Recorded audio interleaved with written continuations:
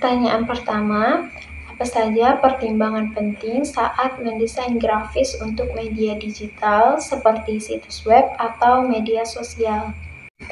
Jawabannya, pertimbangan yang pertama yakni kesesuaian dengan target audiens. Desain harus mempertimbangkan siapa yang akan melihatnya dan bagaimana pesan tersebut akan diterima oleh mereka. Dan yang kedua, keterbacaan dan keterlihatan. Pastikan teks dan elemen penting mudah terbaca dan terlihat, terutama pada berbagai perangkat dan ukuran layar. Yang ketiga, konsistensi merek. Desain harus konsisten dengan identitas merek, termasuk palet warna, font, dan gaya visual. Yang keempat, responsif.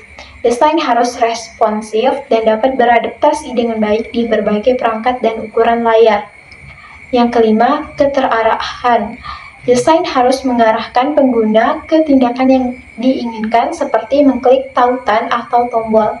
Yang keenam, visual yang menarik. Gunakan gambar, grafik, dan elemen visual lainnya yang menarik untuk menarik perhatian pengguna dan menyampaikan pesan dengan jelas. Yang ketujuh, optimalisasi waktu muat. Pastikan file grafis tidak terlalu besar sehingga menghambat waktu muat halaman. Yang ke-8, aksesibilitas. Pastikan desain dapat diakses dengan mudah oleh semua orang, termasuk mereka yang memiliki keterbatasan visual atau kognitif. Yang ke-9, strategi konten. Desain harus mendukung dan meningkatkan konten yang disampaikan, bukan mengganggu atau membingungkan pengguna. Yang ke-10, pengujian dan iterasi. Lakukan pengujian desain secara teratur dan beri kesempatan untuk melakukan iterasi berdasarkan umpan balik pengguna. Yang kedua yaitu bagaimana desain grafis dapat mempengaruhi pengalaman pengguna media digital. Desain grafis dapat mempengaruhi pengalaman media digital dengan beberapa cara. Yang pertama yaitu ada keselarasan visual. Desain grafis dapat memastikan pengguna menggunakan situs atau aplikasi dengan mudah. Yang kedua yaitu ada keterbacaan dan pemahaman. Pengguna akan lebih tertarik dan lebih memahami konten yang lebih baik jika desain grafis memastikan faktor-faktor seperti tata letak, ukuran font, atau kontras. Yang ketiga itu ada interaksi intuitif. Pengguna grafis yang intuitif membuat pengguna merasa lebih nyaman dan lebih memahami dalam menggunakan situs atau aplikasi. Yang keempat yaitu ada emosi dan branding. Desain grafis yang menarik dapat menjalin hubungan antara pengguna dan merek, dan kesetiaan antara pengguna dan identifikasi merek. Yang kelima yaitu ada kinerja. Desain grafis yang efisien dan ringan dapat meningkatkan kecepatan dan responsivitas kinerja atau aplikasi dan kontribusi pada pengalaman pengguna dalam penyeluruhan. Perkenalkan, nama saya Uregita Mafirah, NIM 12115090. Kemudian selanjutnya bagaimana mengoptimalkan desain grafis untuk memastikan kompatibilitas dengan berbagai perangkat digital. Nah, ada beberapa tips untuk mengoptimalkan desain grafis untuk memastikan kompatibilitas dengan berbagai perangkat digital. Yang pertama itu gunakan format gambar yang tepat. Nah, pilih format vektor seperti SVG atau EPS untuk logo, icon, dan elemen grafis lainnya yang membutuhkan skalabilitas tinggi.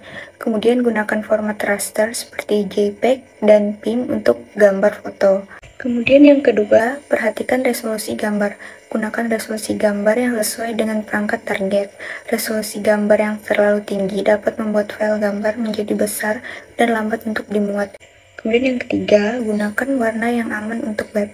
Hindari menggunakan warna yang terlalu cerah atau yang terlalu gelap, karena warna-warna ini dapat terlihat berbeda pada perangkat yang berbeda. Kemudian gunakan palet warna yang aman untuk web.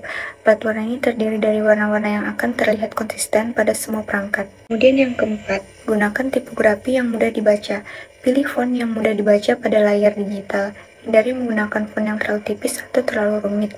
Kemudian gunakan ukuran font yang cukup besar agar mudah dibaca. Tips yang kelima, gunakan tata letak yang responsif. Gunakan tata letak yang dapat beradaptasi dengan berbagai ukuran layar. Kemudian gunakan grid tata letak untuk membantu kita membuat desain yang responsif. Yang keenam, lakukan pengujian pada berbagai perangkat. Nah, uji desain kita pada berbagai perangkat termasuk smartphone, tablet, laptop, dan desktop. Kemudian, gunakan alat bantu penguji seperti Google Chrome, DevTools untuk melihat bagaimana desain kita ditampilkan pada berbagai perangkat. Kemudian yang ketujuh, gunakan alat bantu online. Ada banyak alat bantu online yang dapat membantu kita mengoptimalkan desain grafis untuk berbagai perangkat digital. Nah, yang terakhir, yaitu yang ke-8, tetap up to date dengan tren dan teknologi terbaru. Teknologi desain grafis terus berkembang, jadi penting untuk kita tetap up to date dengan tren dan teknologi terbaru. Ini akan membantu kita untuk membuat desain yang kompatibel dengan perangkat dan platform terbaru.